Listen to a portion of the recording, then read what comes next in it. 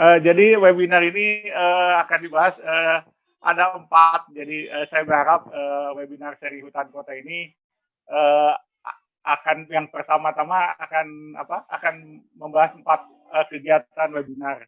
Yang pertama adalah yang kita laksanakan sekarang, yaitu hutan kota infrastruktur hijau kota. Mungkin dalam penjelasan ini saya hanya men-sharing dasar-dasar tentang pengertian hutan kota, pentingnya hutan kota, konflik hutan kota, perlindungan hutan kota. Kaitannya dengan infrastruktur hijau kota. Webinar yang kedua, ini masih dalam rencana, jadi tergantung webinar yang sekarang. Kalau responnya bagus, kita lanjut ke webinar kedua, yaitu hutan kota dalam rencana detail tata ruang kota. Jadi kita akan melihat kedudukan hutan kota dalam perencanaan tata ruang terkait dengan Undang-Undang 26 tahun 2007, kemudian dengan Permen ATR nomor 16 tahun 2018 terkait dengan rencana detail tata ruang kota. Kemudian yang webinar yang ketiga yang ingin dibahas yaitu tentang hutan kota berdasarkan peraturan perundang-undangan. Sebetulnya dibahas juga di sini di webinar pertama ini tentang peraturan perundang-undangan, terutama tentang peraturan tentang hutan kota nomor 63 tahun 2002. Kita akan melihat kelemahan, kemudian kekuatannya tentang permen tersebut dikaitkan dengan kondisi hutan kota di Indonesia, kemudian kita bandingkan dengan peraturan-peraturan hutan kota yang ada di luar negeri. Kemudian yang webinar keempat yang direncanakan yaitu tentang valuasi ekonomi hutan kota. Jadi akan melihat dari benefit keberadaan hutan kota apa yang bisa langsung dinilai atau tidak, diantaranya nilai kesejukan kota seperti itu, atau yang bisa bernilai langsung nilai kayu. Nah, di acara webinar ini juga kami menerima saran, masukan atau usul begitu ya. Untuk seri selanjutnya webinar hutan kota mungkin ada yang diusulkan, misalnya ada yang ingin membahas tentang perlindungan, tentang penyakit-penyakit hutan kota, atau khusus membahas jalur hijau tentang di hutan kota, nanti diusulkan aja ke admin atau ke panitia. Mari kita lanjut. Kita mulai dengan pendahuluan tentang hutan kota infrastruktur hijau kota. Saya mulai dari data statistik. Jadi kalau kita lihat dari data statistik bahwa penduduk yang diperkirakan akan tinggal di kawasan perkotaan pada tahun 2035 ini berdasarkan data statistik, yaitu sekitar 66,6%.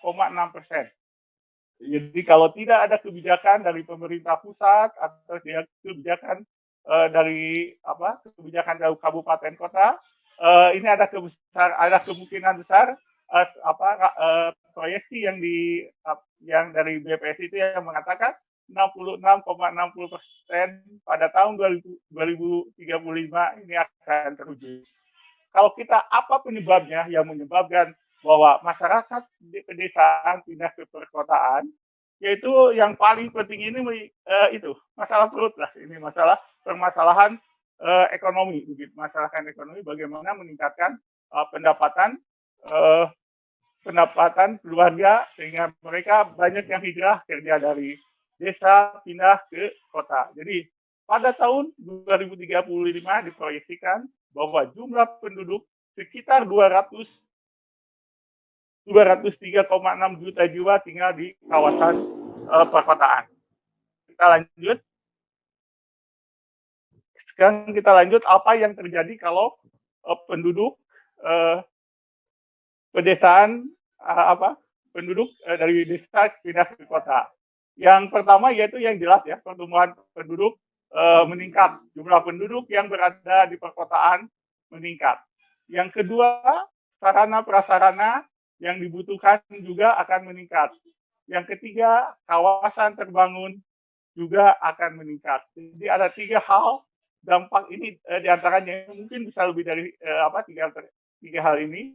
Yang pertama, pertumbuhan penduduk meningkat, kemudian sarana prasarana meningkat karena kebutuhan, kawasan terbangun juga meningkat. sebetulnya perkembangan kota itu tidak hanya oleh dari karena ada kegiatan ekonomi saja, dia berkembang karena adanya kebijakan dari pemerintah. Misalnya kayak yang sekarang ibu kota negara mau dipindahkan ke Kalimantan. Kalimantan itu otomatis kawasan yang ada di daerah Penajam itu akan meningkat. Kalau itu meningkat karena adanya kebijakan. Kita lanjut. Nah, kita akan lihat sekarang apa yang terjadi apabila kawasan terbangun kota meningkat, di kawasan terbangun meningkat, kemudian apa yang terjadi dengan tanaman atau pohon yang berada di perkotaan. Ini jelas di sini kalau penduduk sampai meningkat 66,6% pada tahun 2035, itu akan menyebabkan kawasan terbangun akan meningkat terus, dan yang menjadi korban yaitu pohon yang berada di perkotaan. Jadi kawasan yang lahan tidak terbangun akan berubah fungsi menjadi kawasan terbangun. Dan salah satu kawasan yang bukan terbangun itu adalah keberadaan pohon. Jadi kalau kita lihat ya, pohon itu, kalau pohon semakin tersisih, apa yang terjadi? Ini banyak sekali masalah-masalah. Misalnya ada pencemaran meningkat, udara di perkotaan, udara akan meningkat pula. Kemudian kalau kita lihat ya, pohon, saya akan cerita sedikit pohon. Jadi pohon itu beda dengan bisa mengolah kehidupannya sendirilah. Jadi kalau kata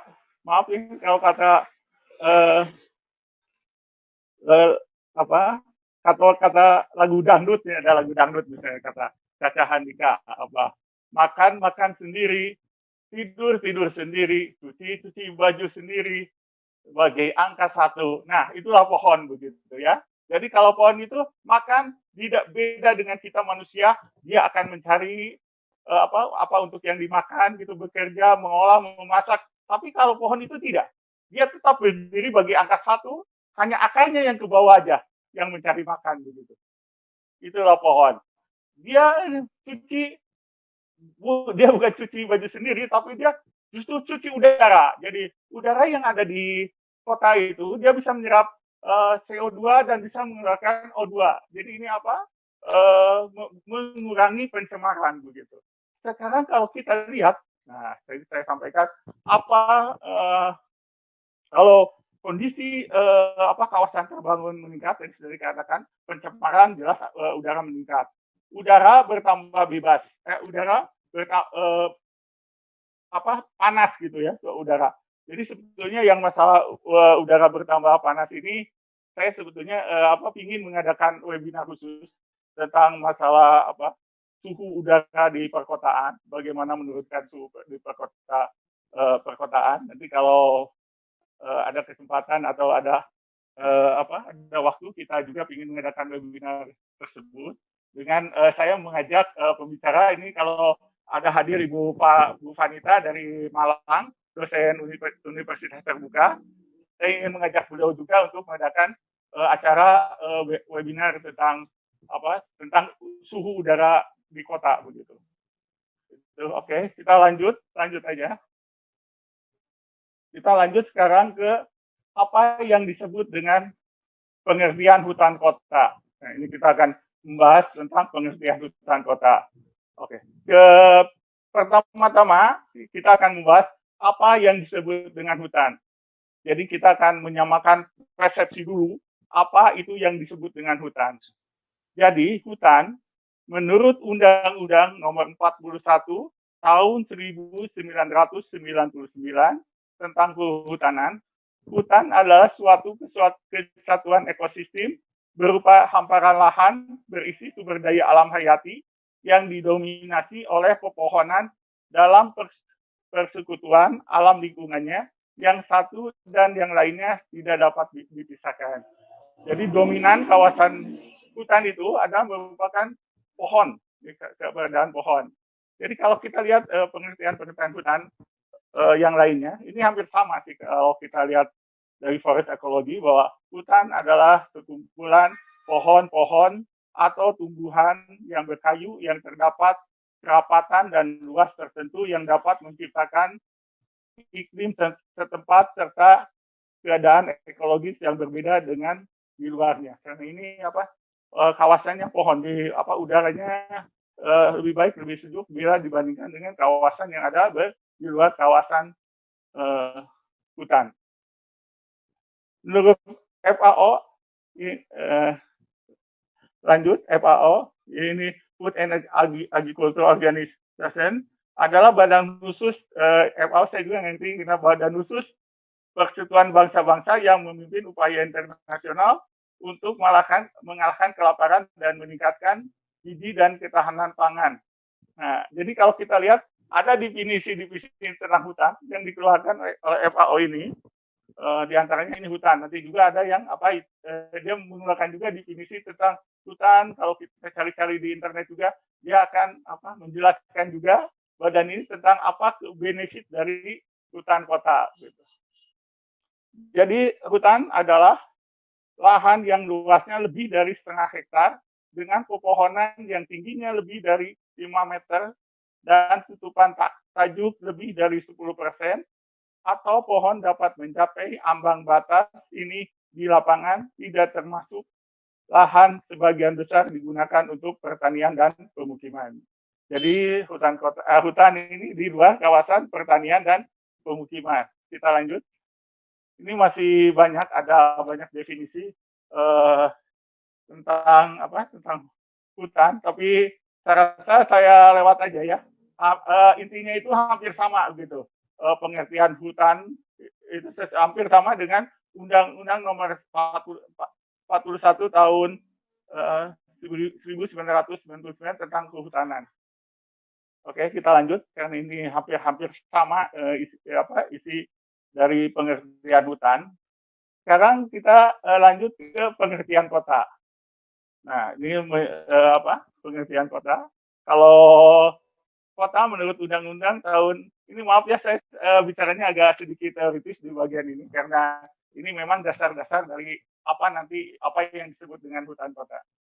Jadi menurut Undang-Undang 26 tahun 2007 tentang penataan ruang, kota adalah wilayah yang mempunyai kegiatan utama bukan pertanian dengan susunan fungsi kawasan sebagai tempat pemukiman perkotaan, pemusatan dan distribusi pelayanan pemerintah, pelayanan sosial dan kegiatan ekonomi. Itu yang disebut dengan kota menurut Undang-Undang 26 tahun 2007. Kalau kita lihat, kita lanjut ke ini pengertian kota. Satunya adalah Mark Weber. Jadi kalau kita anak planologi yang kuliah di planologi pasti sudah familiar dengan orang ini ini dia orang Jerman, kemudian ahli sosiologi, hukum dan ekonomi beliau itu. Kota adalah sebagai tempat pemenuhan kebutuhan dan memiliki norma dan atau hukum sendiri. Kemudian menurut Louis Wade, kota adalah suatu wilayah yang umumnya memiliki luas yang cukup besar dan padat serta dihuni masyarakat yang heterogen. Jadi kalau kita lihat memang kota itu tadi yang saya sampaikan di awal-awal karena tingkat perkembangan ekonomi di kawasan yang cukup padat pemukimannya begitu ya. Kemudian ini ada pengertian menurut Josh Hordai mengatakan bahwa seorang sosiologi dia mengatakan ada suatu pemukiman yang bersifat permanen dengan jumlah penduduk besar memiliki fungsi perkotaan minimum, yaitu sebuah pasar, pusat administrasi, pusat militer, pusat keagamaan, serta pusat intelektualitas. Kemudian, menurut John, kota adalah suatu tempat tinggal manusia yang merupakan manifestasi dari perencanaan dan perancangan yang dipenuhi oleh berbagai unsur seperti bangunan, jalan, dan ruang terbuka hijau. Nah, itu beberapa pengertian kota. Jadi kalau kalian pengertian kota ini nggak akan jauh berbeda dengan Undang-Undang Nomor 26 tahun 2007 dalam penataan ruang tentang apa itu yang disebut kota. Kita lanjut. Ini pengertian hutan kota. Jadi ini saya mungkin agak lama bicara di sini tentang pengertian hutan kota. Jadi kalau kita mengacu dulu ke PP nomor 63 tahun 2002 tentang hutan kota. Jadi pengertian hutan kota ini pengertian hutan kota di Indonesia ya. Jadi hutan kota adalah suatu hamparan lahan yang bertumbuhan pohon-pohon yang kompak dan rapat di dalam wilayah perkotaan, baik pada tanah negara maupun tanah hak yang ditetapkan sebagai hutan kota oleh pejabat yang berwenang. Nah, ini kita akan melihat kerancuan di beberapa kalimat terakhirnya. Ditetapkan sebagai hutan kota oleh pejabat yang berwenang. Jadi, kalau ada hutan, kalau menurut kita ada hutan di daerah Ibu Bapak, tapi tidak ditetapkan sebagai hutan oleh pejabat yang berwenang, maka itu bukan yang namanya hutan kota. Karena ketentuan hutan kota di sini adalah yang ditetapkan sebagai hutan kota oleh pejabat yang berwenang. Nah, ini kalimat rancunya itu di situ begitu. Jadi kalau kita lihat yang disebut hutan kota, biasanya pemerintahan kabupaten atau pemerintahan kota, dia akan menetapkan hutan kota itu dalam bentuk perda, perbub, perwal, begitu. Atau dia menyatu dengan perda rencana detail tata ruang kota, di mana di dalam rencana detail tata ruang kota itu ada pasal, nanti ada satu pasal tentang ruang terbuka hijau. Nah, di dalam ruang terbuka hijau itu nanti ada sub pasal terkait dengan hutan kota.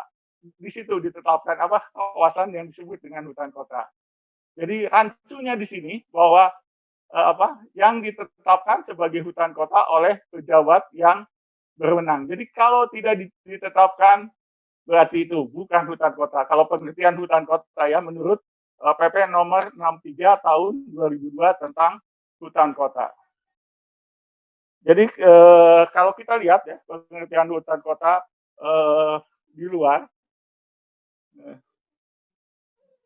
menurut Jorgensen, misalnya pada Jorgensen pada tahun 1974 mendefinisikan istilah hutan kota adalah cabang khusus dari kehutanan yang bertujuan untuk budidaya dan pengolahan pohon untuk kontribusi saat ini dan potensial bagi kesejahteraan fisiologis, sosiologis, dan ekonomi masyarakat perkotaan. Kontribusi ini menyangkut efek perbaikan pohon secara keseluruhan terhadap lingkungan mereka serta nilai rekreasi dan kenyamanan. Saya agak cepat juga ya, saya bacakan dulu, nanti akan saya bahas pengertian sekaligus tentang dengan para ahli ini. Dan next, dalam bukunya dia menyatakan bahwa hutan kota adalah perencanaan berkelanjutan, penanaman, perlindungan, pemeliharaan, dan perawatan hutan, ruang hijau, dan sumber daya di dalamnya sekitar kota dan masyarakat untuk memanfaatkan ekonomi, lingkungan, sosial, dan kesehatan masyarakat.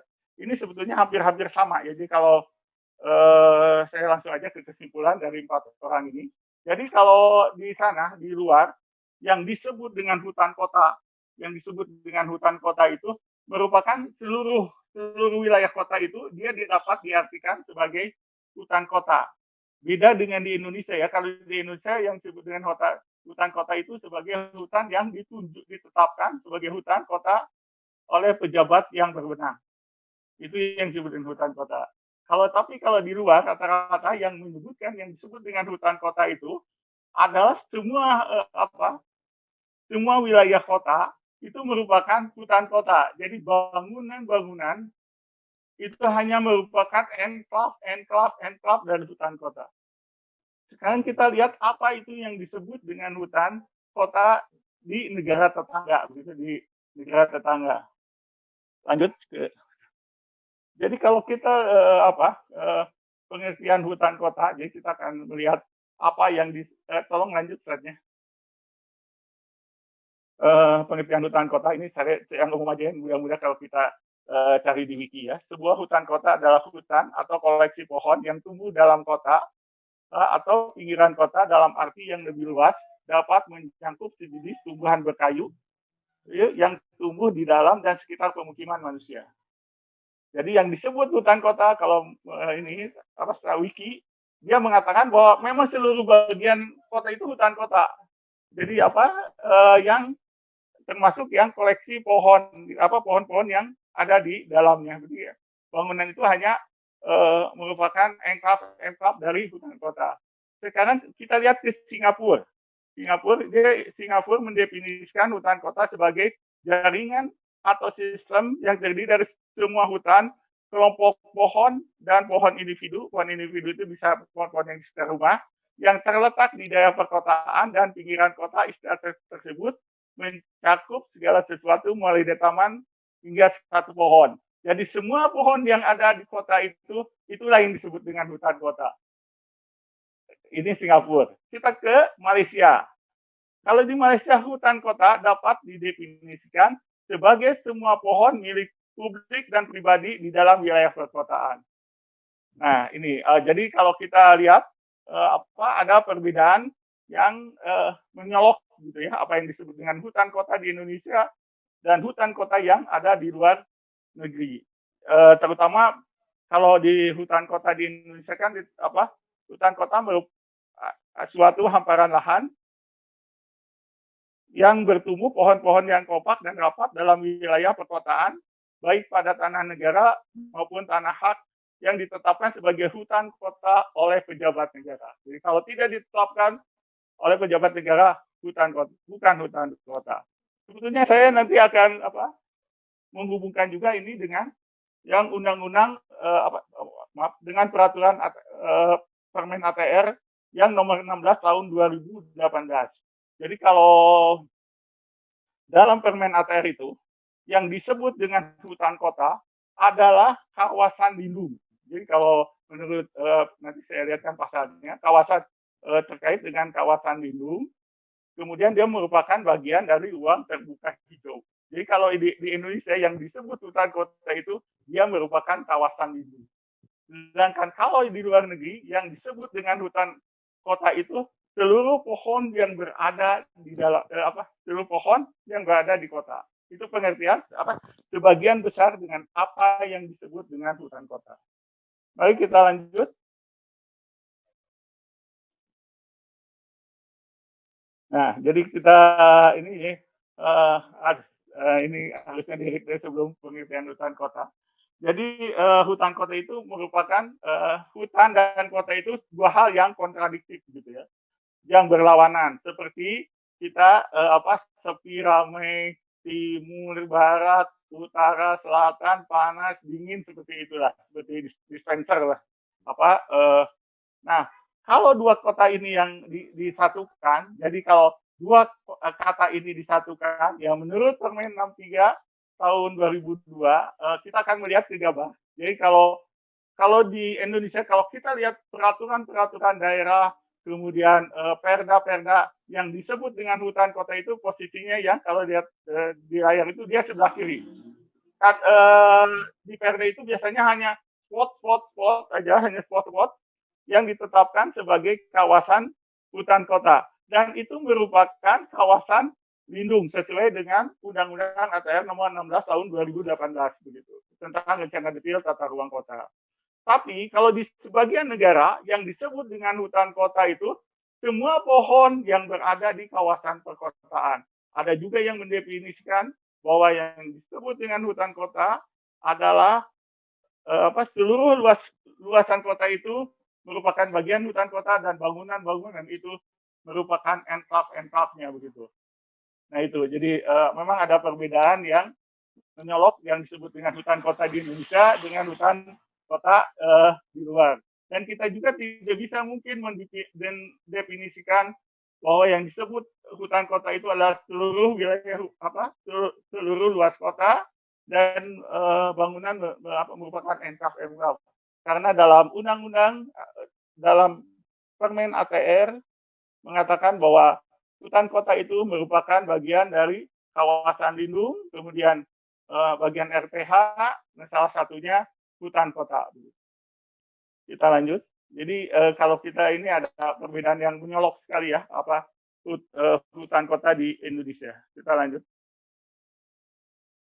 Kalau kita lihat sejarah, ini sejarah hutan kota. Oke, kita lanjut sejarah hutan kota.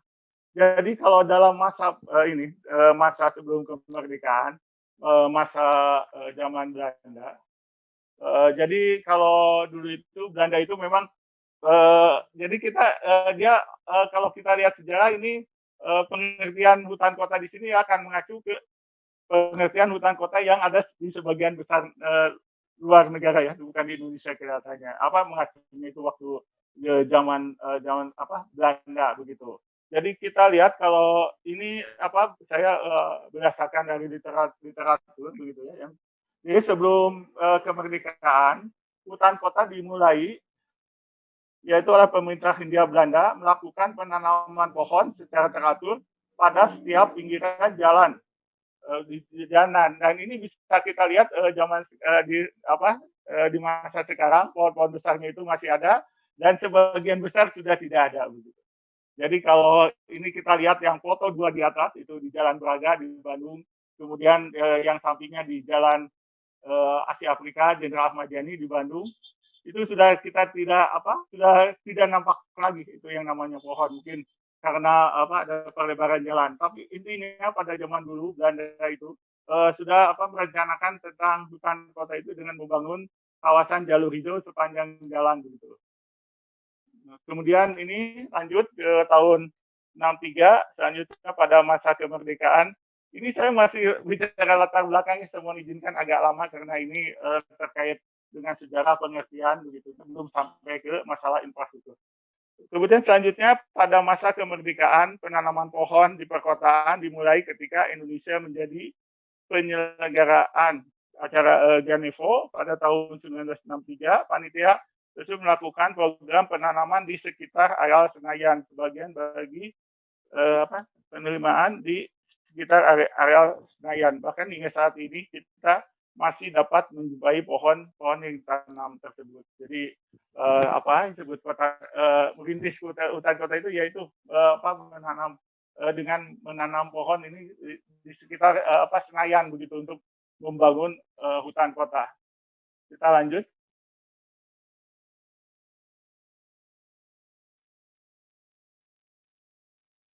Di tahun 1978,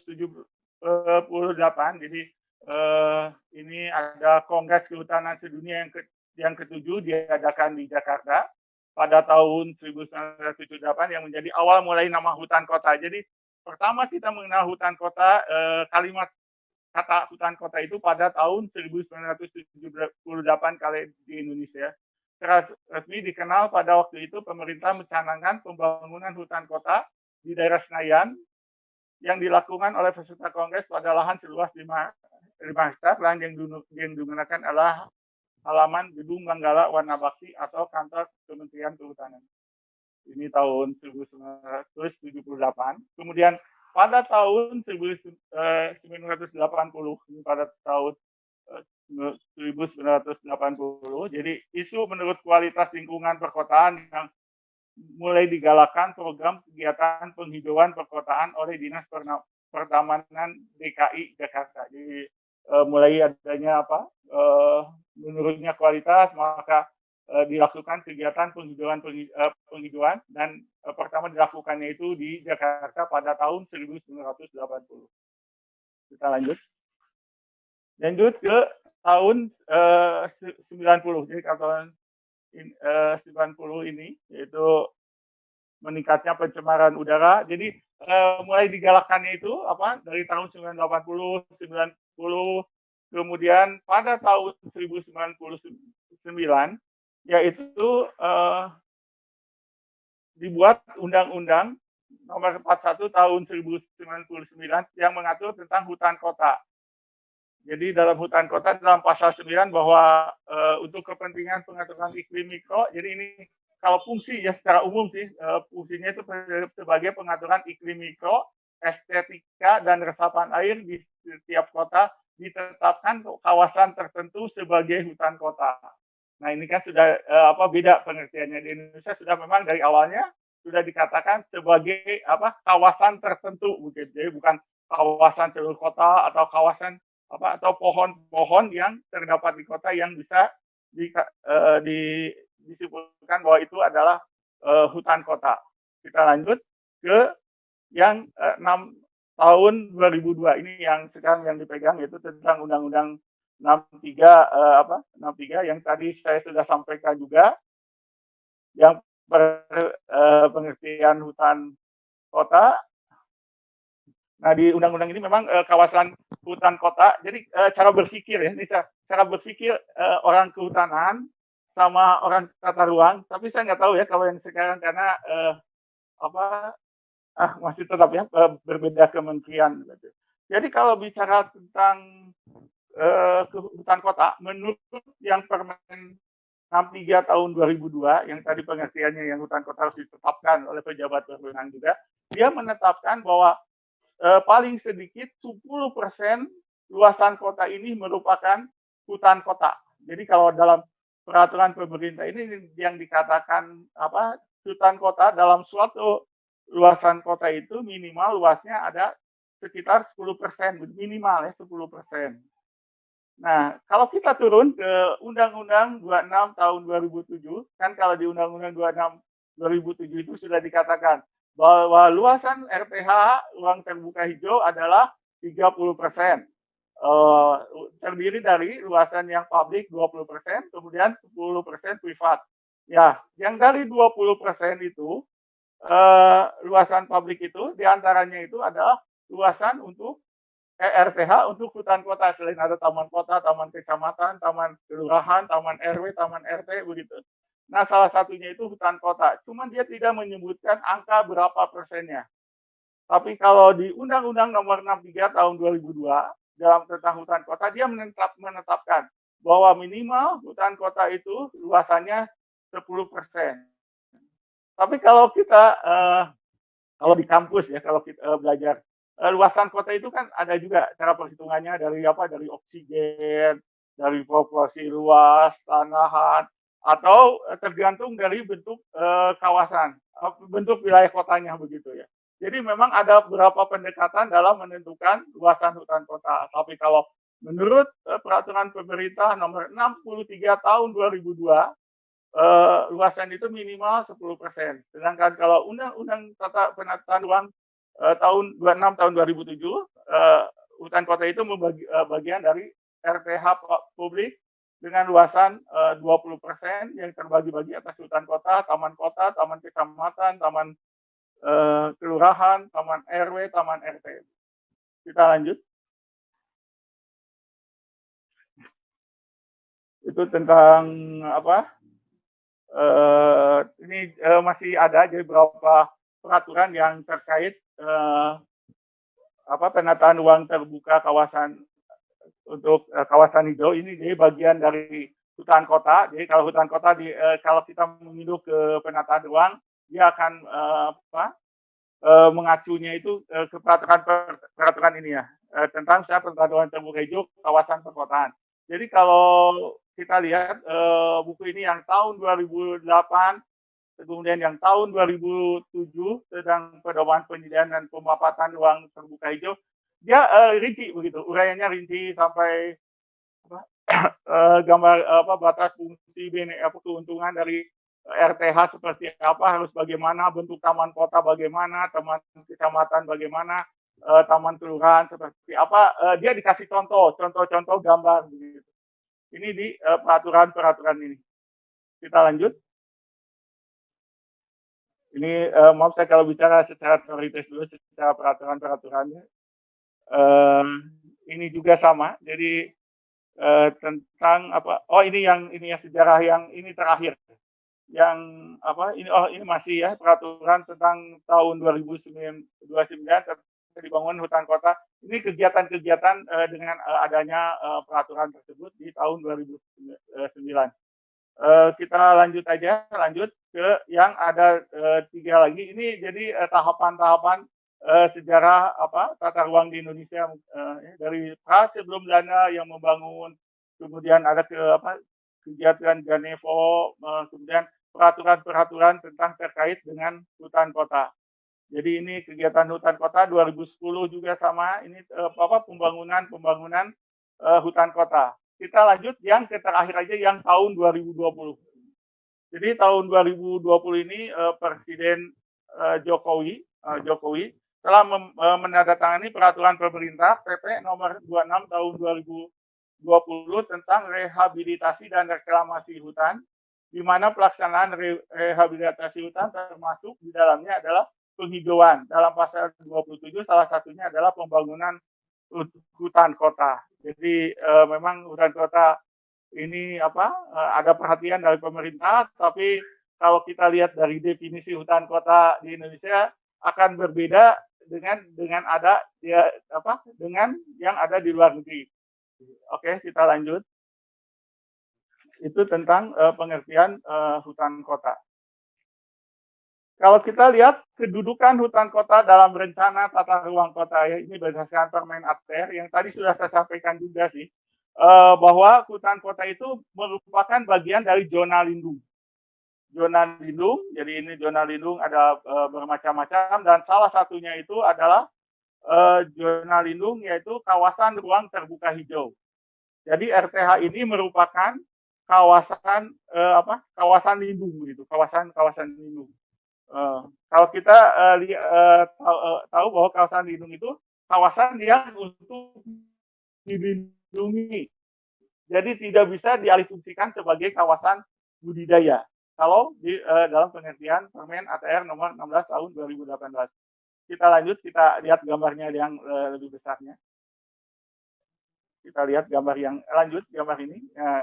Kita akan melihat ini. Nah, jadi yang tadi sebut RTH, ruang terbuka hijau, menurut Permen ATR 16 tahun 2007 itu meliputi hutan kota, taman kecamatan, taman kelurahan, taman RW, taman RT, dan pemakaman. Itu yang disebut ruang terbuka hijau. Jadi, tapi kita melihat sisinya hutan kota. Tapi kalau di luar itu pengertian hutan kota ya seluruh wilayah kota aja, pohon yang berada di perkotaan. Gitu.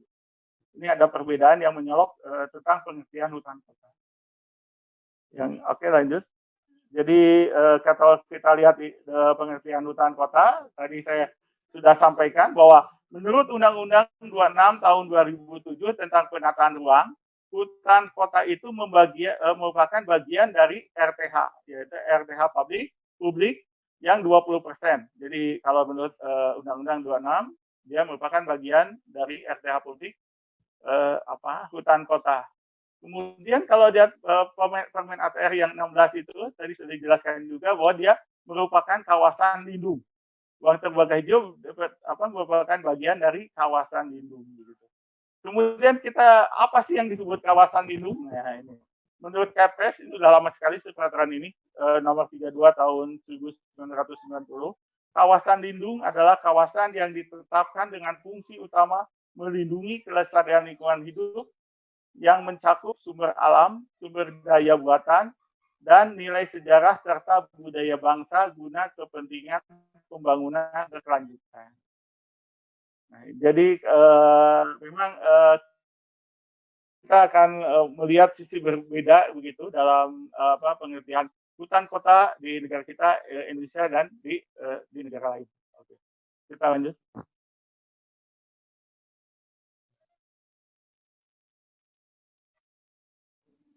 Sekarang kita lanjut ke infrastruktur hijau. Oke, lanjut. Sekarang apa yang disebut dengan infrastruktur begitu? Infrastruktur merupakan salah satu komponen penting yang tidak dapat dipisahkan dari satu perkotaan. Karena kan infrastruktur itu penting keberadaannya. Salah satu manfaatnya infrastruktur adalah untuk meningkatkan perekonomian suatu kota yang memiliki potensi dapat dikembangkan dengan pembangunan infrastruktur agar ekonomi meningkat. Seperti kebijakan Jokowi ya, jadi jor-joran gitu membangun infrastruktur yang ada di Papua juga di daerah lainnya. Itu yang mungkin dia tujuannya ya untuk ke ekonomi. Gitu. Tapi memang kita lihat juga kalau tidak memperhatikan infrastruktur hijau, nah tetap saja akan menimbulkan bencana. Lanjut. Itu pengertian infrastruktur. Ini masih di apa? Kalau ini pengertian infrastruktur menurut PP nomor 38 tahun 2015 tentang kerjasama pemerintah dengan badan usaha dalam penyediaan infrastruktur. Jadi infrastruktur adalah fasilitas teknik fisik, sistem perangkat keras dan lunak yang diperlukan untuk melakukan pelayanan kepada masyarakat dan mendukung jaringan struktur agar pertumbuhan ekonomi dan sosial masyarakat dapat berjalan dengan baik. Ini yang disebut dengan perangkat keras itu ya, infrastruktur perangkat keras itu seperti jalan, kereta api begitu. Kalau yang lunak itu sebagai apa? Jaringan air minum, jaringan drainase seperti itu, yang bukan bangunan, bukan di jalan seperti rel kereta api seperti itu. Kita lanjut dengan infrastruktur. Oke, kita sudah mulai ini pembahasan kepada tentang hutan kota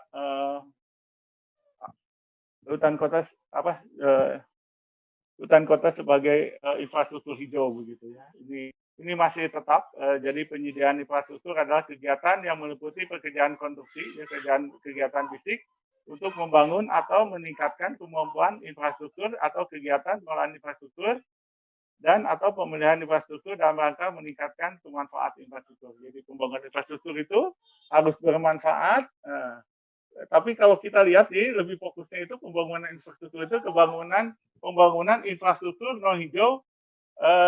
Sedangkan untuk infrastruktur non hijau saya rasa ini masih kurang begitu kan, karena dalam undang-undang penataan ruang kalau ikut penataan ruang berarti sekitar 20% pembangunan infrastruktur hijau itu ruang terbuka hijau. Kemudian yang untuk privatnya 10%. Kita lanjut. Sekarang ke pengertian infrastruktur hijau ya. Lanjut.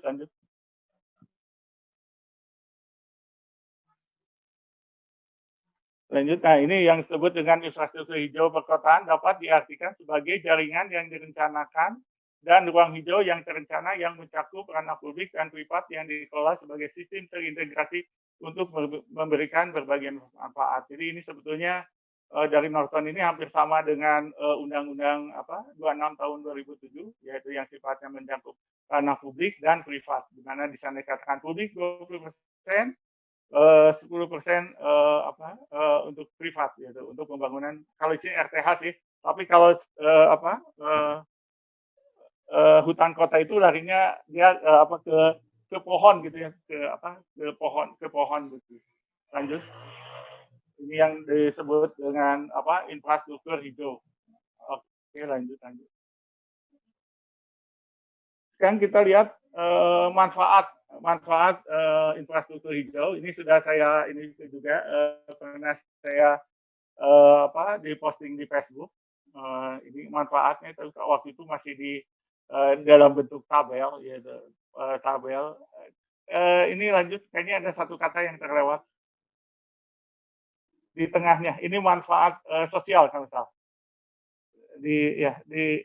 Mungkin kurang satu klik lah, manfaat sosial.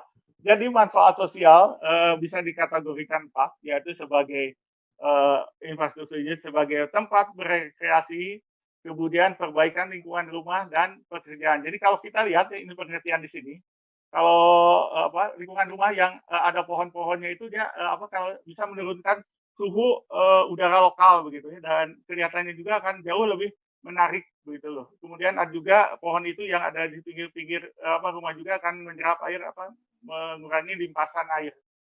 Kemudian berdampak pada kesehatan fisik dan mental. Nah ini masih ini menjadi perdebatan ya. Apakah keberadaan hutan kota atau infrastruktur hijau berdampak langsung pada kesehatan fisik dan mental. Jadi kalau kita lihat ini sih larinya lebih ke kejiwaan begitu, ke perasaan begitu. Jadi kalau kita melihat pohon yang berada di luar itu kemudian menghirup udara segar itu dapat meningkatkan berdampak pada kesehatan fisik dan mental.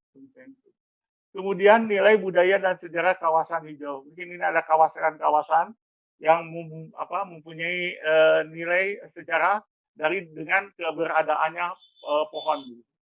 Sebetulnya ini lanjut jadi tentang manfaat kota sebagai infrastruktur hijau itu macam-macam. Jadi kalau kita melihat di ini slide-nya lanjut aja. Jadi kalau kita melihat di undang-undang tentang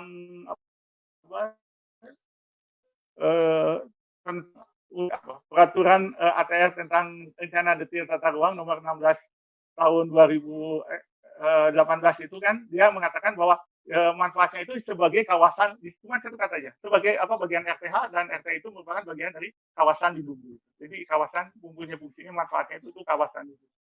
Kemudian dari sekarang manfaat estetika dan arsitektur. Ini mungkin kalau teman-teman dari arsitektur atau dari landscape tahu juga. Jadi variasi tanaman, bentuk tanaman itu melalui warna tertentu bentuk akan menimbulkan memperlihatkan keindahan begitu. Kemudian pada musim-musim tertentu pertumbuhan pohon dinamika musim dan alam yang mengalami ini jadi jadi pohon itu ada musimnya gitu, musimnya untuk yang jadi yang mendapatkan jadi indah begitu ya. Jadi kalau kita lihat mungkin yang kelihatan sekali sangat menyolok untuk pembangunan dengan estetika dan arsitektur itu di kota Surabaya dengan tanaman tebubaya itu. Kemudian di Bandung, jadi kalau di Bandung itu kita lihat di sekitar Jalan Braga. Nah, itu larinya untuk pembangunan infrastruktur hijaunya itu lebih cenderung kepada keindahan begitu. Dia sama juga dengan menanam tebubaya itu tanaman ini. Kemudian kemarin pernah saya posting juga di Facebook dan pernah ngobrol juga dengan kepala dinas lingkungan hidup dari Kota Sorong. Itu ada tanaman yang namanya jalakandra yang warna ungu begitu.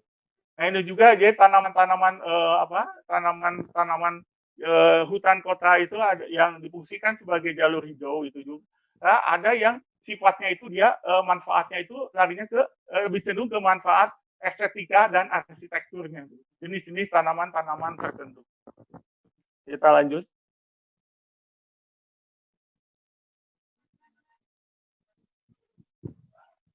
Ini manfaat iklim dan fisik. Nah, ini kalau orang kehutanan mungkin ini akan lebih cenderung ke melihat manfaatnya itu ke manfaat hutan kota sebagai infrastruktur hijaunya itu ke manfaat iklim dan fisik. Mungkin orang perencanaan tata ruang juga sama. Jadi sebagai kontrol angin, pengurangan polusi udara karena pohon menyerap CO2, mengeluarkan O2, pengurangan silau dan refleksi. Ini karena bangunan yang terlindung dengan adanya pohon, dampak pada iklim perkotaan melalui suhu dan kelembaban. Nah, ini yang saya berharap suatu hari nanti juga ingin mengadakan webinar tentang masalah iklim perkotaan. Jadi bagaimana menurunkan suhu udara lokal yang ada di kawasan perkotaan.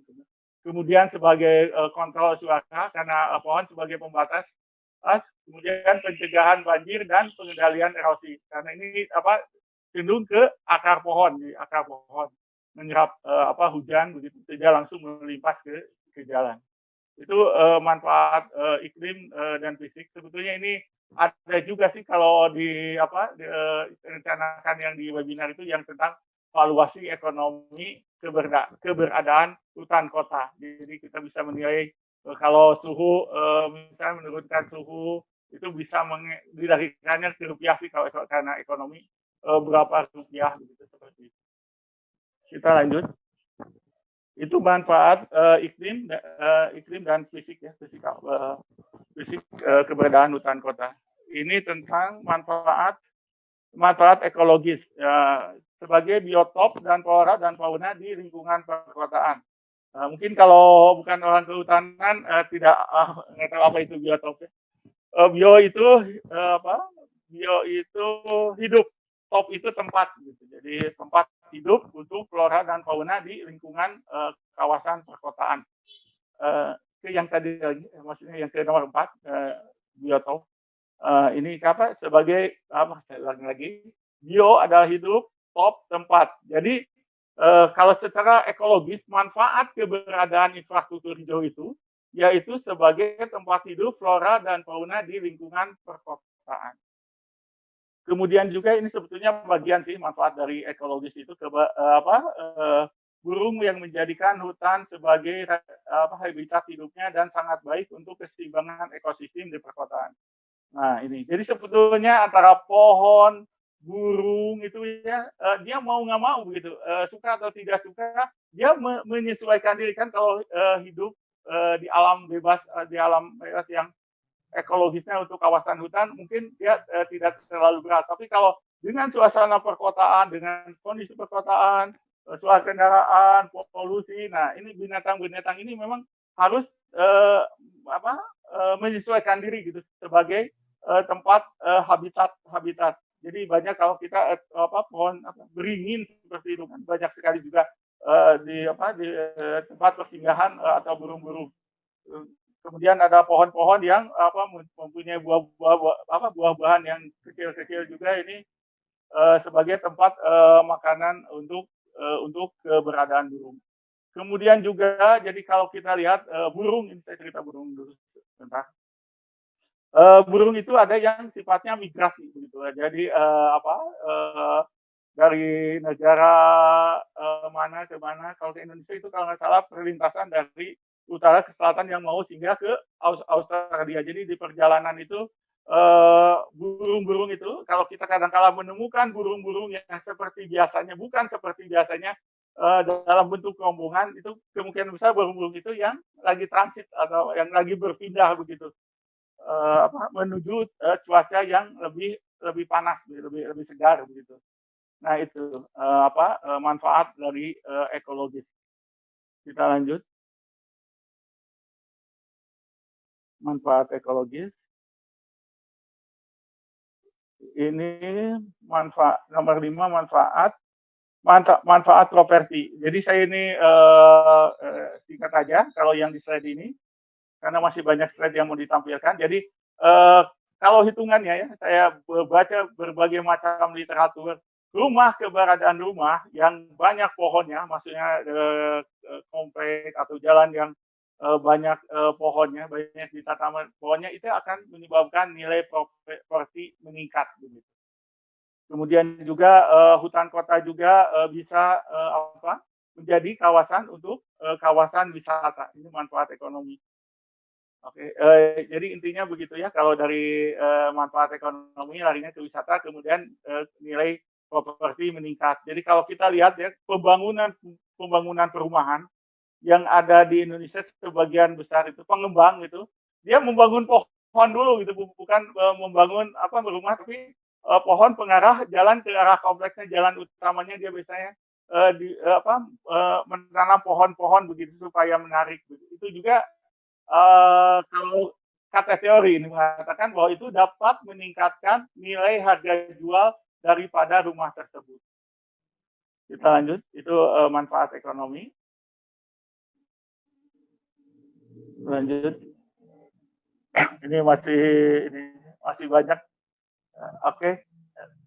Lanjut kita ke tahapan pembangunan hutan kota. Jadi ini ada tahapan perencanaan. Jadi kalau kita membangun infrastruktur kota juga sama aja dengan membangun infrastruktur lainnya yang bersifat non hijau, misalnya dalam pembangunan jalan, pembangunan drainase, sama aja. Jadi kita kalau kita memperlihat melihat sosial ekonomi aktivitas wilayah, yang melihat kondisi masyarakatnya, kemudian kondisi lingkungannya bagaimana, baru kita membuat rencana penanaman pohonnya di mana. Jadi sebagai acuan dalam perencanaan perencanaan dalam infrastruktur hijau ini tetap kita mengacu kepada peraturan yang ada, yaitu kepada kalau yang sifatnya dalam kota itu mengacu kepada rencana detail tata ruang kota, RTBL, rencana tata bangunan lingkungan, kemudian RTH, rencana terbuka hijau.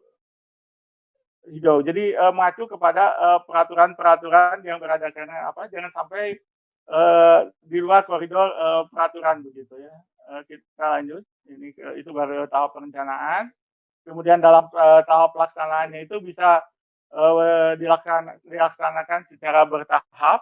Ini bisa dalam jangka panjang, kemudian rencana detailnya bagaimana, kemudian rencana tahapan perkegiatannya bagaimana. Jadi kalau kita mengacu pengertian rencana jangka panjang itu, kalau mengacu kepada rencana detail tata ruang kota itu biasanya tahapannya itu sekitar 20 tahun pertahapan. Kemudian kalau kita mengacu kepada rencana tata bangunan dan lingkungan, ini ada merupakan rencana jangka menengah, jadi sifatnya itu 5 tahunan. Oke, lanjut. Itu dalam hal perencanaan. Nah, inilah satu lagi, ini yang paling menentukan dalam dalam rencana penataan untuk infrastruktur hijau. Ini, yaitu kesentuhan dari pemimpin daerah, jadi sentuhan dari wali kota atau bupati begitu ya. Kalau kita lihat Surabaya bisa seperti kota itu hijaunya, itu kan sentuhan ibu wali kotanya. Kalau kita lihat Bandung dulu juga sama, itu merupakan sentuhan dari wali kotanya begitu. Jadi sentuhan wali kota ini sangat menentukan dalam pembangunan hutan kota sebagai infrastruktur hijau begitu ya. Jadi keberadaan wali kota ini sangat menentukan. Jadi saya teringat sebelum ini saya posting beberapa materi di Facebook. Kang Cahya, kalau ada Kang Cahya di sini, dia menanyakan, katanya, Kang, gimana kalau membuat masyarakatnya itu menyenangkan, senang gitu tinggal di kota. Saya juga lagi berpikir ini akan ini akan terkait dengan pembangunan yang dinamakan dengan konsep heavy city. Jadi dalam konsep heavy city itu salah satunya itu bagaimana membuat masyarakat kota itu bahagia, membahagiakan, dia bangga tinggal di kota yang dia tinggalinya begitu. Jadi salah satunya itu dia dalam rencana desain kawasan hijaunya, membangun taman, meletakkan pohon, tanaman yang bernilai estetika, bernilai arsitektur seperti itu. Jadi memang orang yang paling sangat menentukan dalam infrastruktur hijau itu ya pemimpin ini, pemimpinnya. Dan kalau tingkat 2 ya wali kota, karena dia bersentuhan langsung dengan pembangunan di kota tersebut juga. Dan kalau menurut buku Heavy City, pemimpin yang baik itu dalam perencanaan yang baik, dalam penataan ruang maupun ruang yang termasuk ruang terbuka hijau itu, dia memang langsung turun ke lapangan begitu. Yang tadi disampaikan di perencanaan ada gambar sosial masyarakat. Jadi kita langsung bersentuhan dengan masyarakat, keinginannya, kemudian membuat perencanaan. Kita lanjut.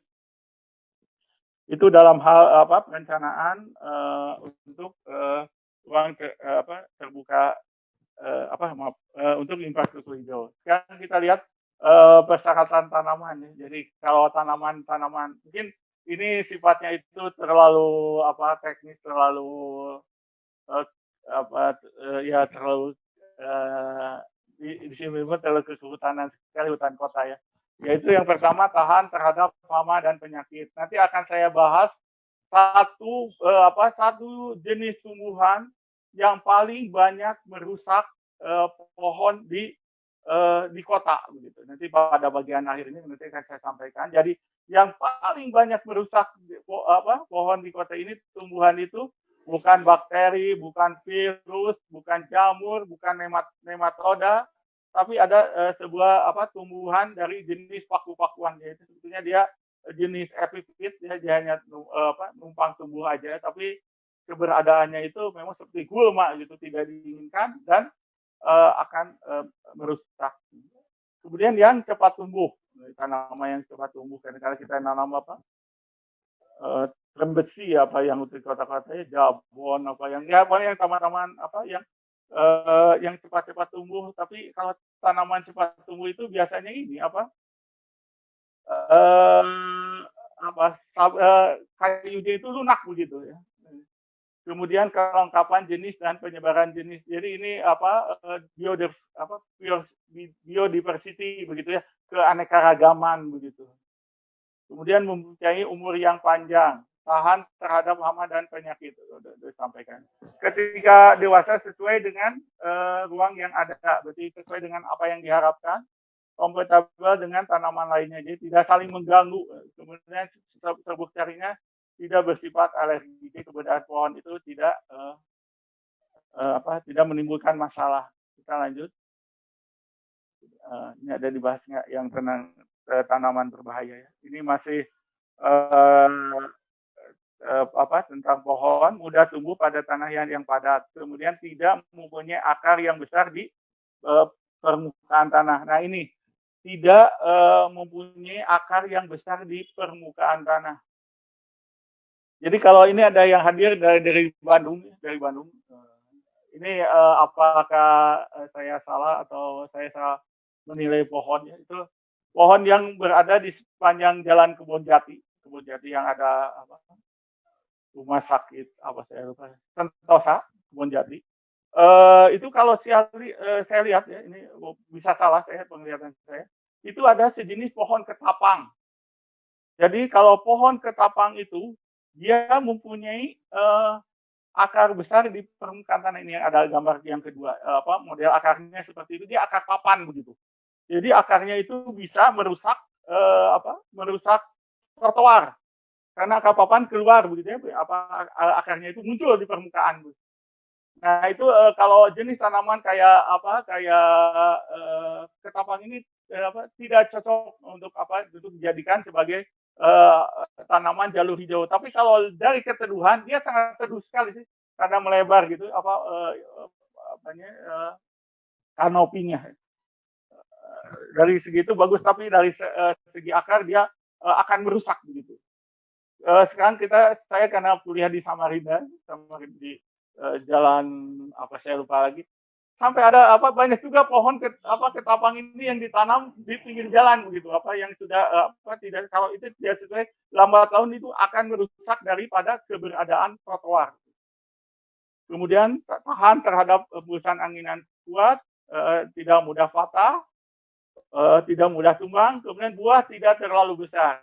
Nah ini juga harus menjadi perhatian ya. Jadi dalam persyaratan untuk jenis tanaman pohon yang akan ditanam di kawasan hutan kota sebagai infrastruktur hijau kota.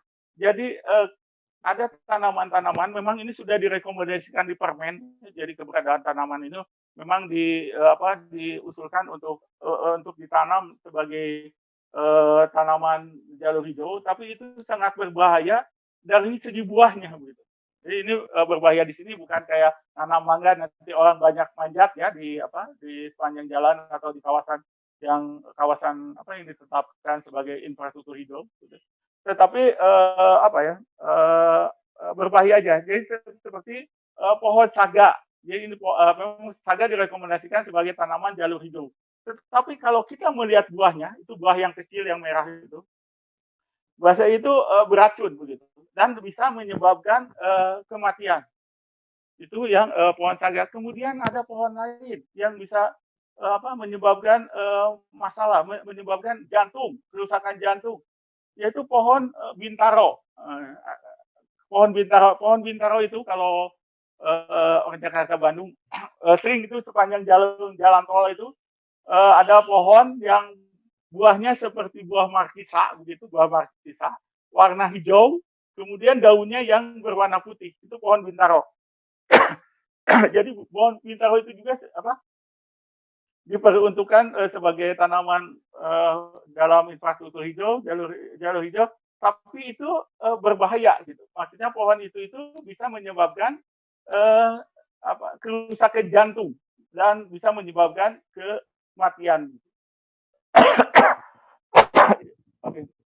Kemudian serasa yang tidak dihasilkan sedikit, karena ini supaya ini ya, nah sering dibersihkan, tahan terhadap pencemaran. Ini karena untuk resap.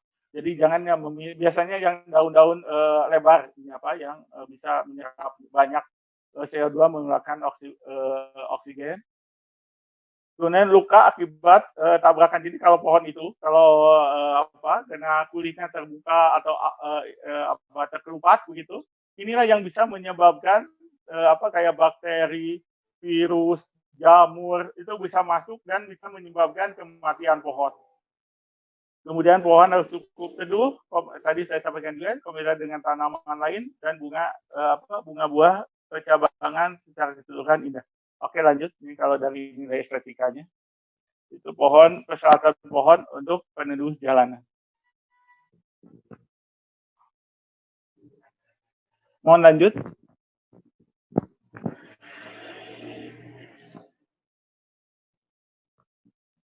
Nah, ini berdasarkan Permen PU nomor 5 PRT tahun 2012 tentang pedoman penanaman pohon pada sistem jaringan jalan. Jadi saya sampaikan ulang lagi di sini ya. Jadi pengertian infrastruktur hijau hutan kota ini juga tanaman jalur hijau merupakan bagian daripada hutan kota. Jadi kalau kita lihat di daftar ini, jadi kita lihat satu nomor aja, nomor 1 yaitu pohon saga yang tadi saya sampaikan. Memang ini direkomendasikan untuk tanaman sebagai tanaman sistem jaringan jalan jalur hijau. Tapi ini memang tanaman ini itu buahnya itu sangat berbahaya begitu dan bisa menyebabkan kematian karena racun tanaman saga yang buahnya itu kecil berbentuk merah. Kita lanjut, saya tidak akan ini. Jadi ini ada rekomendasi pohon-pohon apa aja yang bisa ditanam. Ini standar dari. Sebetulnya kalau memang ada syarat-syarat tadi saya sampaikan juga. Syarat-syaratnya itu yang akarnya yang kuat, begitu ya. Yang untuk tanaman tergantung tempatnya sih. Kalau berada di sempadan pantai harus memiliki sempadan sungai harus memiliki akar yang paling kuat. Kita lanjut aja ke memilih pohon. Jadi kalau supaya memilih pohon tidak menimbulkan konflik dengan infrastruktur lainnya, jadi kita harus memilih pohon dari bentuk ketinggian dan bentuk akar begitu ya. Ini jangan sampai merusak. Jadi ini jadi bentuk yang berukar, menyerupai oval, piramida, menyebar, terbuka. Jadi kita harus melihat dari ketinggian pohon. Jadi pohon yang diletakkan, yang berdekatan dengan yang berada di bawah jaringan listrik, jelas itu harus pohon-pohon yang tidak mempunyai ketinggian. Tingginya jangan sampai tinggi menjulang begitu. Lanjut. Jadi ini memilih pohon berdasarkan ketinggian dewasa. Lanjut. Jadi memilih pohon itu harus di lokasi yang tepat dan jenis yang tepat begitu, agar tidak menimbulkan konflik. Gitu. Jadi ini kita lihat kalau pohon yang berada di bawah jaringan listrik, dia itu jangan menanam pohon bisa lebih tinggi daripada jaringan listrik. Tapi kalau memang sudah ada tanaman, kalau kita lihat ya kenyataannya di lapangan kan hanya banyak pohon yang ditanam justru jadi konflik itu bermasalah antara infrastruktur hijau dengan non hijau. Nanti ada di tahapan uraian tentang pemangkasan pemeliharaan gitu. Jadi memang harus diperhatikan tentang ketinggian. Kemudian kalau yang sifatnya privat, rumah, jadi pohon itu biasanya atau pohon itu buah-buahan atau yang sifatnya itu dia bisa melindungi dari panas gitu. Karena pohon ini bisa menurunkan suhu udara lokal.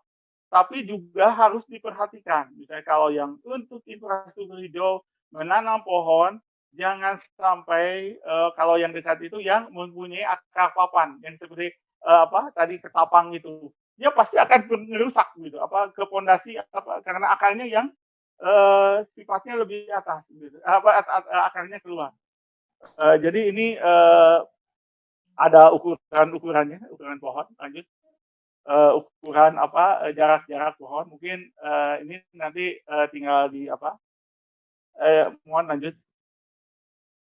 Ini selanjutnya ini ada ketinggian ya. Jadi tadi sudah disampaikan sih sebetulnya. Jadi untuk tanaman pohon itu harus diperhatikan, misalnya kalau dekat jaringan itu harus tanaman yang tidak terlalu tinggi, kemudian diatur jarak, jangan sampai nanti tanaman itu akan roboh begitu ke jaringan. Jadi akan menimbulkan konflik antara infrastruktur hijau dan infrastruktur non hijau, begitu seperti itu. Kita lanjut.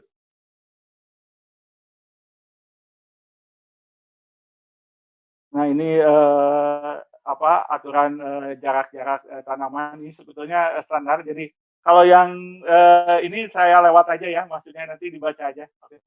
Lanjut. Ini tentang jarak-jarak plastik sebetulnya. Lanjut. Ini ada di ini sih di peraturan-peraturan seperti ini kan saya mengadopsi cara peletakan penanaman pohon begitu, jangan sampai menimbulkan konflik dengan infrastruktur yang non hijau begitu. Kita lanjut. Kita lanjut juga aja. Yang ini kan jarak-jarak aja. Oh, jangan sampai menanam pohon yang tinggi yang berada di perempatan. Karena nanti nggak kelihatan begitu pas mau belok, takut nggak kelihatan yang ada di yang di arah yang berlawanan. Lanjut. Intinya seperti itu kalau yang penanaman pada kawasan persimpangan. Nah, ini tentang konflik. Oke, kita tentang konflik. Jadi ini kita membahas tentang konflik infrastruktur hijau. Tadi sudah saya sampaikan, kalau peletakan, kalau jarak tidak tepat, maka akan menimbulkan konflik. Jadi konflik itu, infrastruktur hijau itu bisa berada di atas, ada di tengah, begitu juga yang berada di bagian bawah. Jadi kalau konflik yang berada di atas itu biasanya dengan jaringan listrik, jaringan telepon begitu. Jadi kalau memang sudah karena keterbatasan lahannya antara jalan, trotoar, nah kalau yang sifatnya seperti ini, yang bermasalah dengan seperti ini ya kita melakukan pemangkasan. Jadi sebenarnya ada teknik-teknik pemangkasan yang kalau jaringannya pohonnya itu menutupi untuk jaringan listrik atau jaringan telepon begitu. Oke, lanjut. Jadi memang ini hanya tinggal pemangkasan. Nah, ini bentuk-bentuk. Jadi sudah saya sampaikan dari tadi bahwa memang harus memilih jenis-jenis tertentu untuk peletakan pohon. Begitu. Jangan sampai memilih pohon yang tinggi di bawah jaringan listrik. Gitu. Jadi kalau memang sudah terlanjur karena keterbatasan lahan, yaitu dalam hal pemeliharaan nantinya. Oke, lanjut.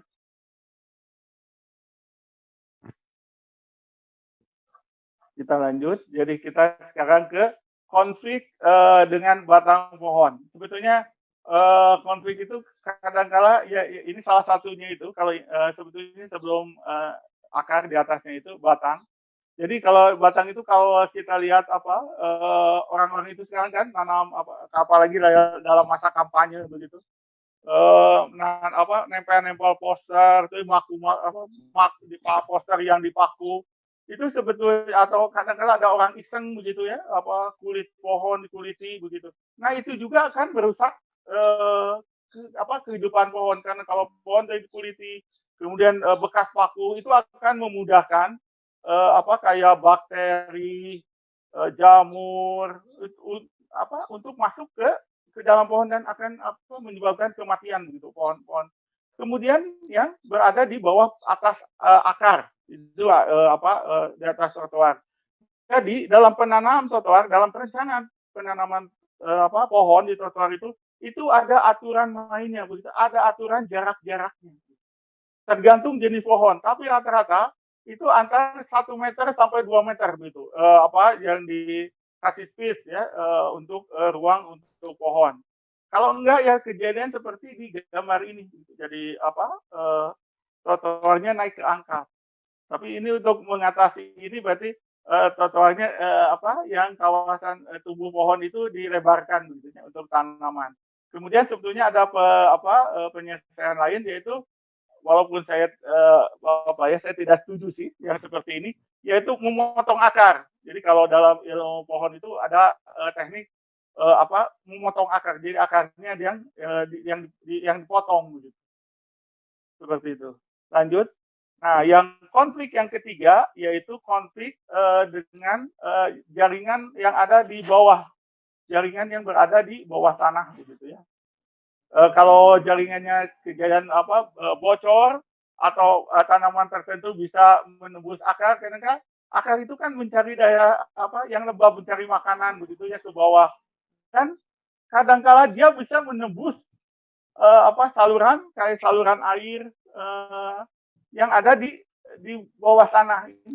Ini seperti contohnya seperti ini gitu. Jadi memang dalam penetapan infrastruktur hijau agar tidak bertentangan dengan yang non hijau ini memang harus diatur jarak-jaraknya dan konstruksinya yang betul dan jenis tanaman yang ditanamannya tanaman yang tidak akan merusak, tidak akan menimbulkan konflik dengan infrastruktur lainnya.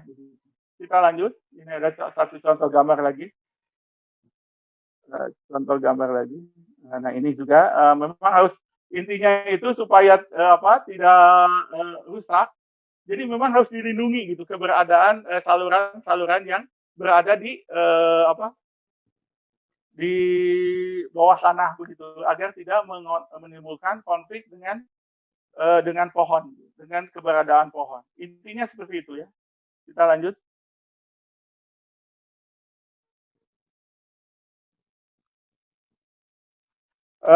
Sekarang ke pemeliharaan pohon. Jadi yang tadi saya sampaikan juga dalam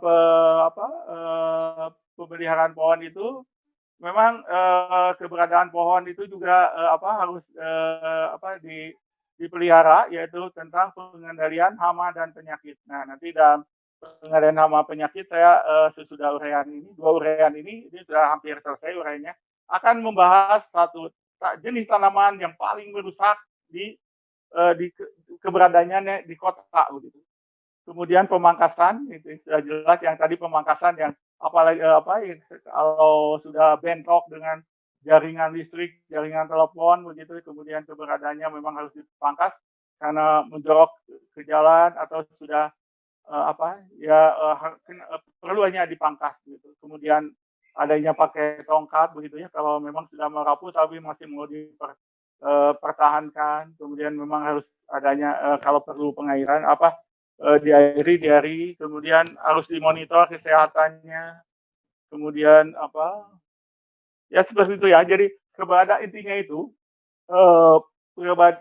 keberadaan pohon itu memang harus dipelihara gitu, keberadaan pohon sebagai infrastruktur hijau. Nah, yang terakhir itu saya lihat pengendalian gulma. Jadi gulma yang disebut dengan gulma yaitu tumbuhan yang tidak diinginkan keberadaannya. Gitu. Ini seperti rumput-rumput yang ada di sekitar pohon begitu. Kemudian liana, tanaman liana yang membelit-belit sampai ke atas yang menyebabkan kematian pohon. Nah seperti itu yang harus dibersihkan keberadaannya. Oke, itu yang bagian daripada gulma. Itu tentang pemeliharaan pohon. Kita lanjut. Pemeliharaan, oke, perlindungan pohon. Nah ini yang ini mungkin bab terakhir ya. Jadi perlindungan pohon. Jadi yang menyerang pohon itu kita bisa dibagi atas 3 bagian. Tadi sudah disinggung sih. Bagian atas tajuk, yang bagian daun, kemudian ranting-ranting, kemudian batang. Ini batang yang tadi saya sampaikan ada penempalan poster, dikuliti, seperti itu ya. Kemudian yang bagian bawah ini ya bagian akar. Jadi akar ini biasanya juga kenapa dilindungi? Memang ada jenis-jenis kayak jamur, bakteri, kemudian akar gulma di atasnya, tapi bisa merusak akar begitu. Tapi mungkin intinya perlindungan pohon itu seperti itu. Jadi ada yang menyerang atas, batang, sama akar. Tapi kalau dibahas ini memang panjang lebar karena kalau kita belajar di kampus itu ini 1 semester ya tentang perlindungan pohon begitu, nematoda, kemudian bakteri, virus, jamur seperti itu. Tapi saya intinya akan membahas sekarang bagian akhir dari uraian saya ini adalah satu tumbuhan yang paling banyak merusak pohon yang berada di perkotaan. Lanjut ke slide akhir. Nah, ini yang paling tumbuhan. Mungkin Bapak Ibu kalau jalan-jalan di kota, maksudnya jalan atau di kawasan taman atau akan menemukan tanaman seperti ini. Jadi tanamannya seperti rumput atau tanah hijau yang membelit-belit tanaman pohon, batang pohon. Jadi saya cerita dulu sedikit ya. Saya itu sangat penasaran sekali ini dengan tumbuhan ini. Tumbuhan yang membelit-belit di pohon. Karena kalau kita lihat tanaman yang paling merusak tumbuhan yang paling merusak di pohon ini adalah ini, tumbuhan ini. Jadi kalau kita dalam pelajaran itu yang bisa merusak pohon itu bisa kalau yang tumbuh di pohon itu seperti benalu begitu ya, benalu kan itu saya rasa tidak. Kalau benalu tinggal dipotong urusan beres. Terus jarang sekali yang pohon mati yang ada di kawasan perkotaan itu yang disebabkan oleh benalu. Tapi pada kenyataannya yang paling banyak merusak pohon di perkotaan ini pohon ini. Jadi pohon ini sebetulnya umum. Ini namanya orang pasti kenal. Ini namanya sisik naga. Sisik naga kalau bisa disebut juga dengan pisisan, orang Sunda bilang duduitan, begitu. Inilah tanam kalau bahasa kerennya itu Pilosella Hides gitu. Ini nama pohon ini. Ini tumbuhan yang paling banyak merusak di kawasan perkotaan. Jadi ini sebetulnya ini tumbuhan apa sih? Jadi ini sejenis tumbuhan ini kalau dari ini ada tumbuhan paku-pakuan. Jadi ini paku-pakuan yang sifatnya epifit. Jadi epifit itu hanya nempel menumpang, dia cari makan sendiri gitu ya. Beda dengan benalu. Kalau benalu dia ngambil makan dari inangnya, tapi ini sifatnya itu epifit. Jadi hanya ikut tumpang. Tapi kenapa pohon ini bisa merusak? Lanjut gambarnya. Saya akan menjelaskan kenapa pohon ini yang paling banyak merusak tanaman jalur hijau. Ya. Ini bentuk rizoma, jadi yang membelit-belit itu. Jadi pohon ini tadi sudah disampaikan sifatnya itu hanya epifit. Jadi kalau ini rizoma hanya menempel aja di pohon. Ada zat pelekat yang nempel di pohon gitu, pohon ini. Pohon sisik naga ini ya, pohon sisik naga.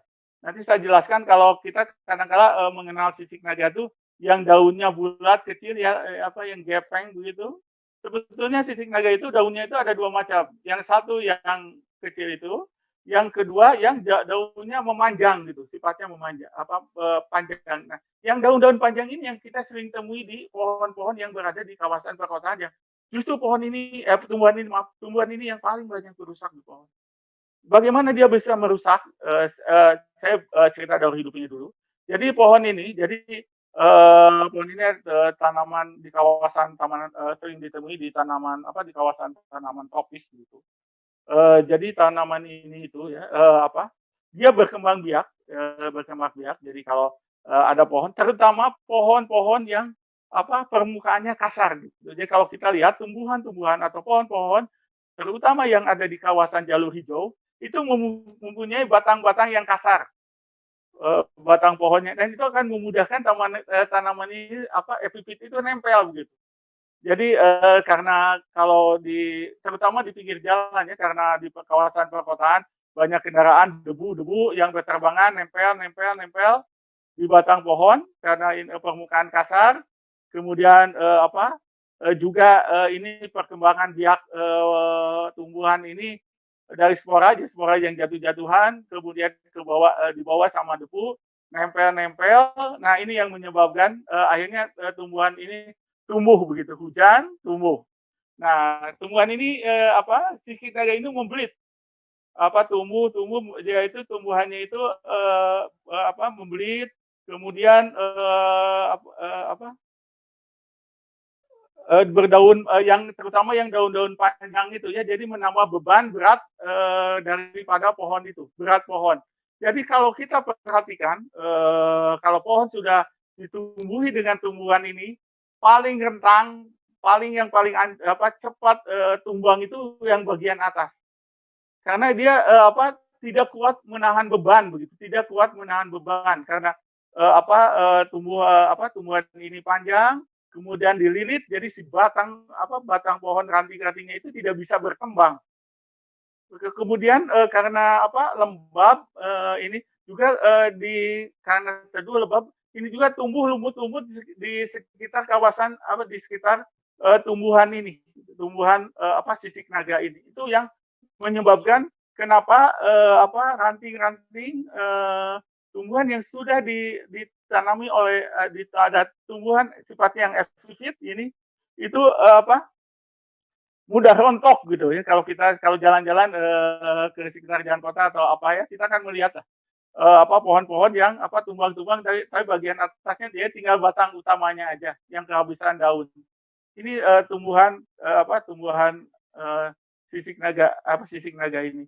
Tapi tumbuhan ini ya, jadi kalau kita baca-baca di literatur begitu ya, ini merupakan tumbuhan obat. Gitu. Jadi pohon ini tumbuhan obat. Jadi ada mengandung mengandung minyak asirin itu kalau banyak sekali manfaat manfaat dari tumbuhan ini begitu. Sebenarnya ini ada tumbuhan tapi bisa dicari aja di internet manfaat dari banyak sekali sebetulnya. Manfaat dari untuk jantung, untuk saya lupa lagi banyak diare begitu ya, manfaat tapi direbus kemudian.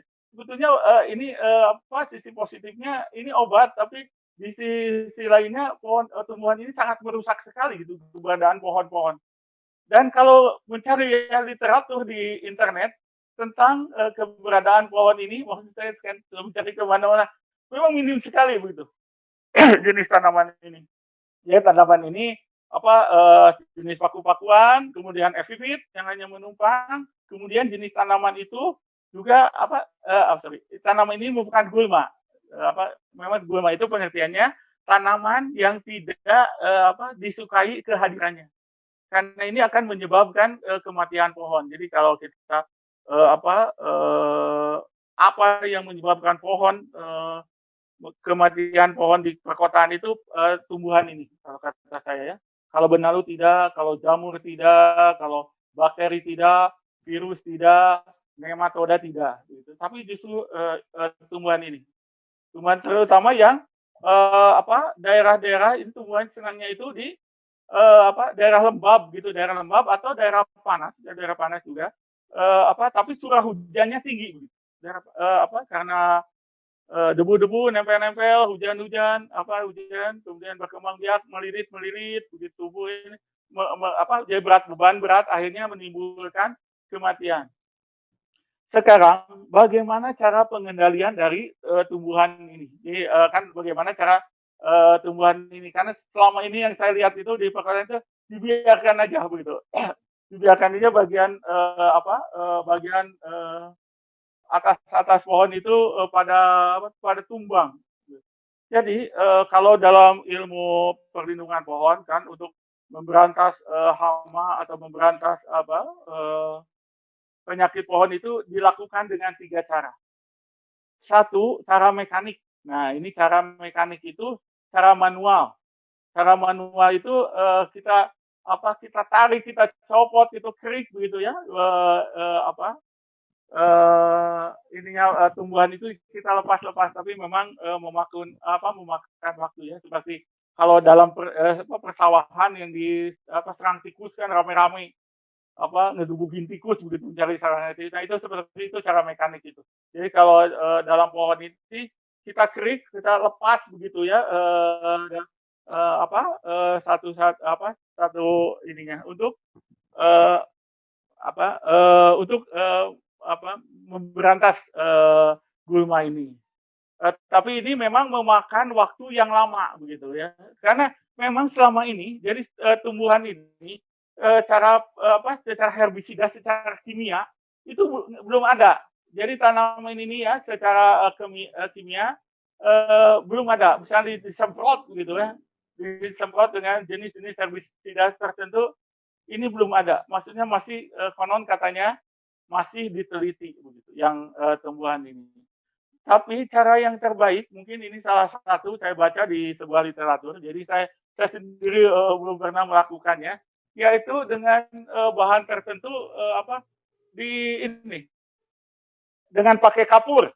Di apa kalau kita dulu jangan dulu suka apa rumah-rumah itu pakai kapur begitu, ngecat rumah pakai kapur.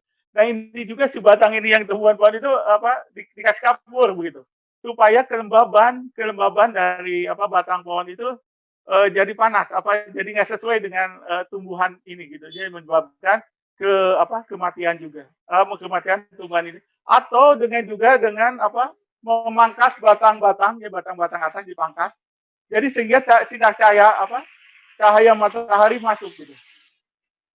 Jadi apa sinar cahaya matahari masuk, nah itu ya yang menyebabkan berkurang. Jadi secara teoritis, secara praktek di lapangan, memang pohon ini secara kimia belum bisa diberantas. Maksudnya belum bisa diberantas tuntas. Bagusnya mekanik lama. Tapi coba dengan cara diberi kapur ya begitu ini menurut teori yang saya baca begitu. Kemudian ini yang saya lupa ini ada yang bagian tadi yang ingin saya sampaikan. Tolong mundur lagi yang tadi. Mundur lagi. Tentang ini. Jadi sisik naga ini contohnya ini ada dua jenis gitu, dua jenis. Yang satu tadi sudah sampaikan saja yang bentuknya seperti yang kecil, gepeng gitu ya. Satu lagi yang panjang, yang pertulangan panjang. Nah ini yang pertulangan panjang ini yang sering kita temui di pohon-pohon. Sedangkan yang kecil gepeng itu bisa di tembok rumah yang tidak dihuni atau sengaja ditanam di tembok rumah ya untuk hiasan begitu tanaman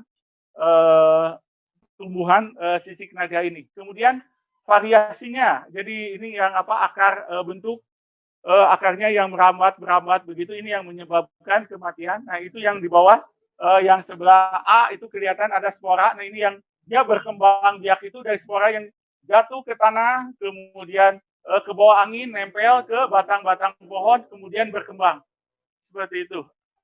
Kita lanjut.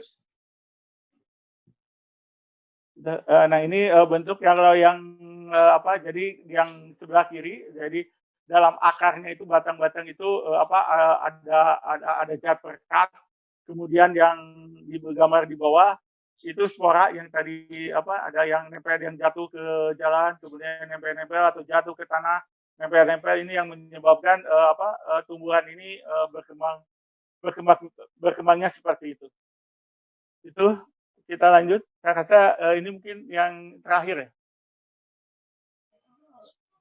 Lanjut. Oke, jadi ini yang ingin saya sampaikan. Jadi saya mohon maaf sebelumnya. Jadi yang saya sampaikan dalam uraian pertama ini, yang saya sampaikan dalam webinar seri pertama ini, kalau terlalu banyak teori-teori, memang karena ini dasar-dasarnya gitu, dasar-dasar yang ingin tentang hutan kota, begitu. Tapi nanti selanjutnya mungkin kalau masih ada peminat, kita akan lanjut ke yang webinar kedua yang hutan kota dalam rencana detail tata ruang kota, rencana detail tata ruang kota, seperti itu. Jadi ini mungkin itu yang saya sampaikan. Saya mengucapkan terima kasih.